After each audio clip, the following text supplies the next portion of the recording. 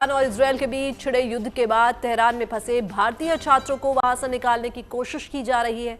110 भारतीयों को, जिनमें ज्यादा संख्या में भारतीय छात्र हैं, ईरान से आर्मेनिया लाया गया और उम्मीद है कि 1-2 दिन में इनको वापस भारत लाया जा सकता है।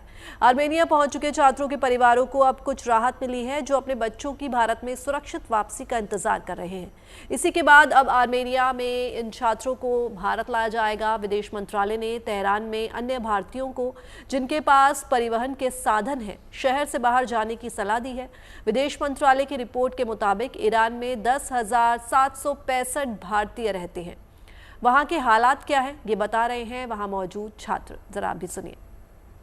स्टूडेंट्स की बात करेंगे तो यहाँ ऑलमोस्ट 120 से 150 इंडियन स्टूडेंट्स हमारी यूनिवर्सिटी में पढ़ते हैं। And people from university side, it's clear those who want to go back to their countries they can. We were advised to tuck up our all luggage to keep it safe. और हमें ये कहा गया था कि आप अपना bag ready रखें. Now following that notice, we got another notice कि अब हमारा जो relocation है that has been stopped because जो यज़ है it is very near to Bandar Abbas port, जो Bandar Abbas port since day one under attack है. That was one route of evacuation. Now Kirman shares a border with Afghanistan.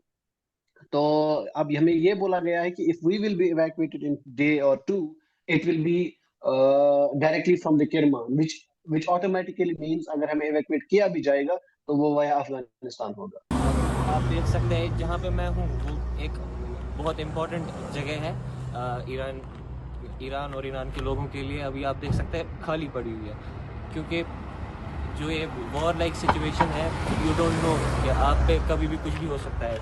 The feeling of uncertainty, और इस वजह से ही हम भी अंदर ही बैठे हुए हैं। हमें एडवाइजरी मिली है कि आप लोग भी अंदर बैठे, और हम भी अंदर ही प्रेफर कर रहे हैं। बस अगर हमें कुछ एसेंशियल चीज़ें या कुछ ऐसी कोई ज़रूरत हो, उस चीज़ के लिए हम सब बाहर जा रहे हैं।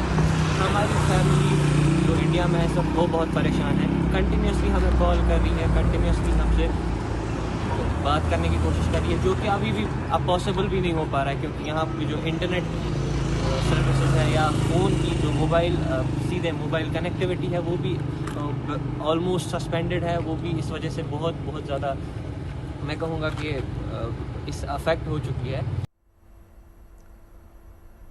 ज्योग्राफिकल कंडीशन की बात करते हैं। चलिए एक बार फिर आपको रूट मैप के जरिए बताने की कोशिश करते हैं कि ईरान में फंसे भारतीय छात्रों की घर वापसी का रास्ता सुनिश्चित कैसे होगा।